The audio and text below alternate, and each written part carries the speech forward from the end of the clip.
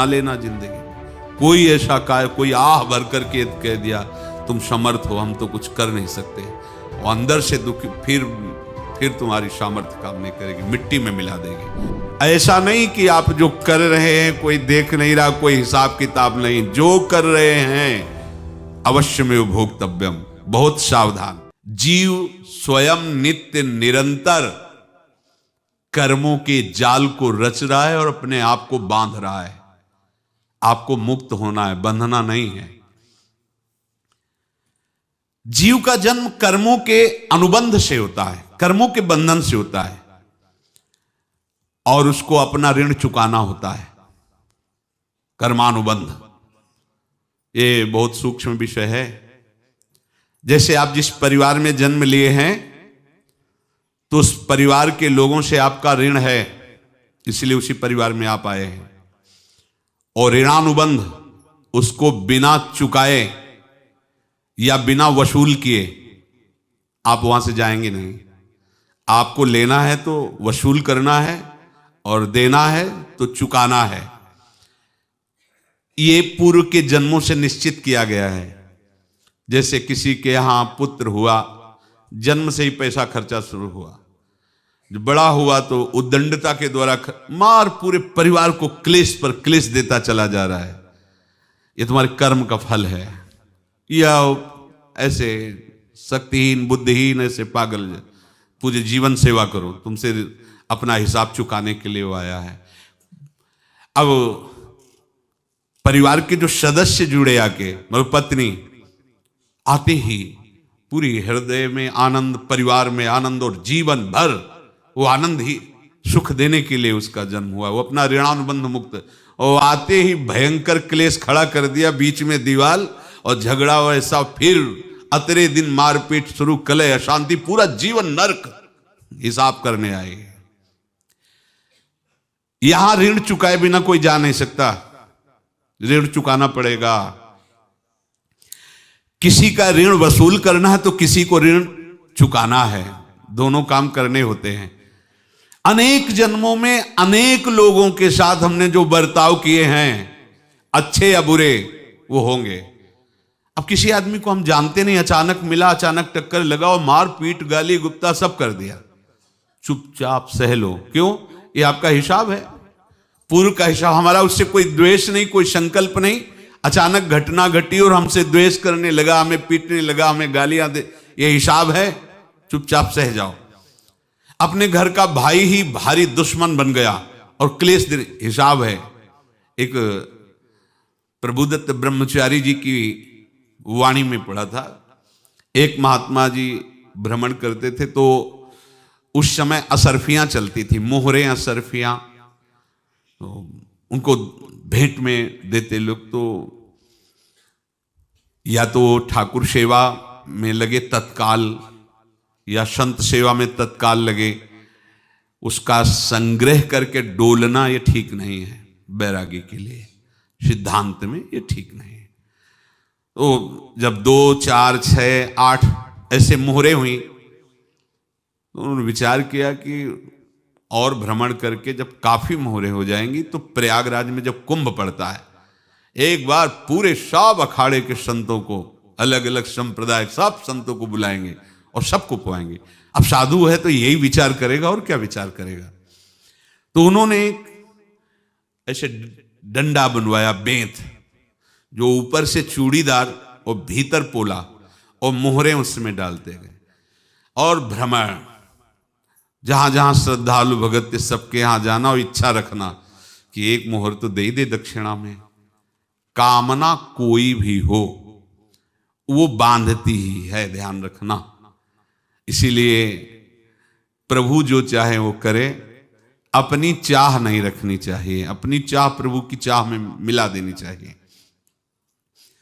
धीरे धीरे वो छड़ी भर गई, भ्रमण करने वाले महात्मा चूड़ी लगाई, इंतजार करते रहे। जब प्रयाग का कुंभ पड़ा तो चले। तो रास्ते में एक गांव में पूछा जाता है, जैसे कहीं रुको कि कोई श्रद्धालु ऐसा है जो संत सेवी है। तो कुछ लोगों ने बताया, हाँ एक परिवार है बहुत संत सेवी है और आपको मिलाते हैं उनसे। आइए महाराज, घर में रुका, खूब अच्छा हलवा पूड़ी पवाया, और जो घर के मालिक थे चरण दबाए। चरण दबाते दबाते उनकी दृष्टि पड़ी उस डंडे पे, इतना मोटा और ऊपर से कुछ चूड़ी सी भी नजर आ रही, इस डंडे में तो कोई रहस्य है ही है। अब महात्मा जी को खवा पिला के सुला दिया। महात्मा जी जब सो गए तो पत्नी से धीरे से कहा, वो डंडा लाओ बाबा जी का डंडा। और वो चूड़ीदार जो ही खोला पलटाया तो सैकड़ों मोहरे। ऐसे संत रोज पधारे भगवान, तुम आनंद हो जाए फिर क्या। पत्नी से कहा, नाप के कंकड़ लाओ। अब वो तो महात्मा जी तो खाए खीर पूड़ी, आराम से सो रहे। रात में पूरी प्लानिंग करके उसमें कंकड़ भर के चूड़ी लगाकर सिराने रख दिया, सारी मोहरें हटा ली। महात्मा जी आराम से छड़ी उठाए तो वजन पक्का। वैसे बड़े लोग चतुर होते हैं, पर ये नहीं जानते कि कर्म कितना भयानक होता है। और उनकी कोई संतान नहीं थी, पर धन में इतना प्रेम उनको था। बहुत सावधान। साधु महात्माओं के पास जो अर्थ है, गृहस्थी अगर आता वहीं से है, पर अगर उसको जोर जबरदस्ती या किसी छल कपट से, तो वो उसका विनाश ही करता है। आज तक का प्रमाण है। अब उनको ये भाव पता नहीं होगा, या पता होगा तो लोभ के कारण वो उसको मान नहीं पाए होंगे।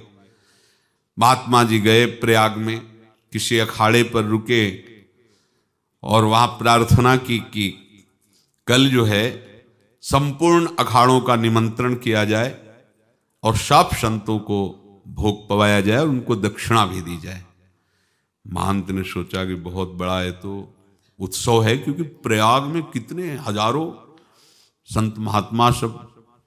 तो उनका महाराज बोरों इसमें चीनी और टीनों घी लगेगा, सब व्यवस्था। बोले आप मंगाइए, एक एक हिसाब हम करेंगे, हमारे पास सब व्यवस्था है। बोले कुछ तो पहले दे दो, वो इकट्ठे देंगे हम। उनको था कि अगर हम छड़ी खोला और दो चार मोहरे दी, किसी को पता लग गया तो गड़बड़ हो सकती। बोले हम भंडारे के समय आखिरी में सब कुछ आपको दे देंगे।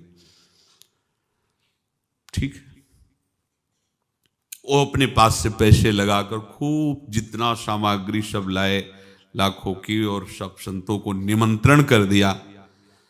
संत जन निमंत्रित हो गए, भंडारा बन रहा है। तब वहां के महंत है और उनका देखो भंडारा भी बन रहा है, संतों को निमंत्रण।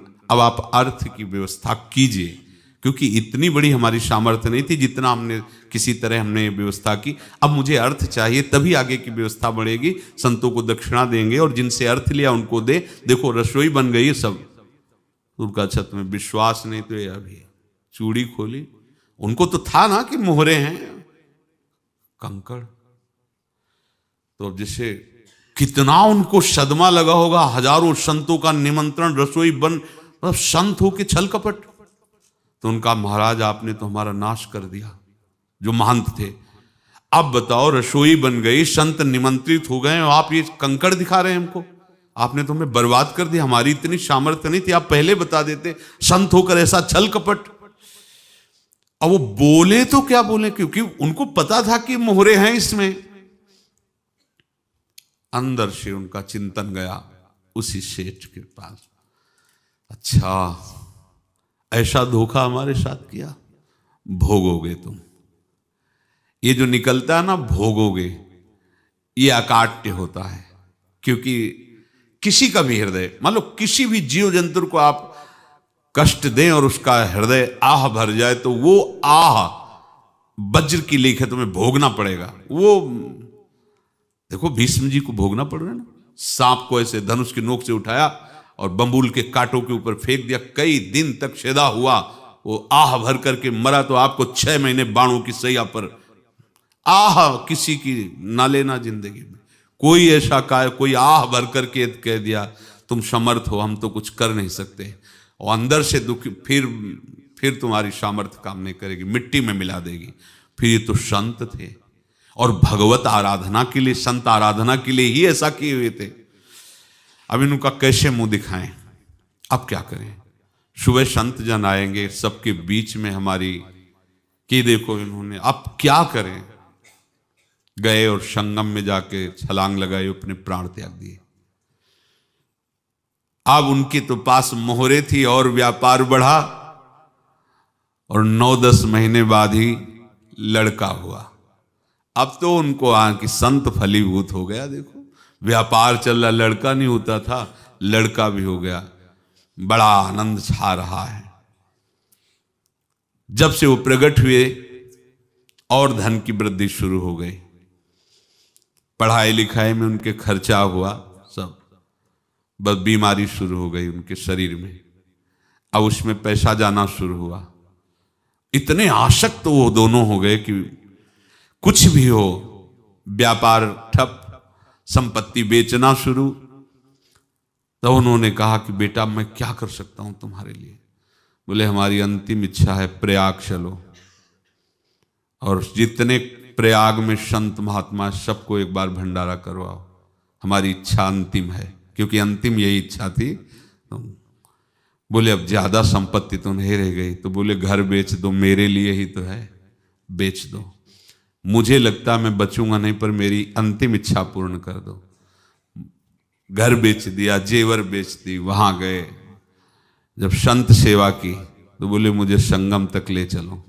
संगम तक ले गए और बोले समझे तुम चुराए थे और हमने उसको छीना है, कुछ नहीं रह गया तेरे पास कुछ, अब केवल ममता और आसक्ति में जलकर मर और नरक प्राप्त कर। मैं वही महात्मा हूं जिसकी तूने मोहरे ली थी, शरीर छोड़ दिया। महात्मा को जन्म लेना पड़ा और इनको दुर्गति भोगनी पड़ी। ऋणानुबंध होश में, ऐसा नहीं कि आप जो कर रहे हैं कोई देख नहीं रहा, कोई हिसाब किताब नहीं, जो कर रहे हैं अवश्य में भोक्तव्यम, बहुत सावधान। अनेक जन्मों में अनेक लोगों से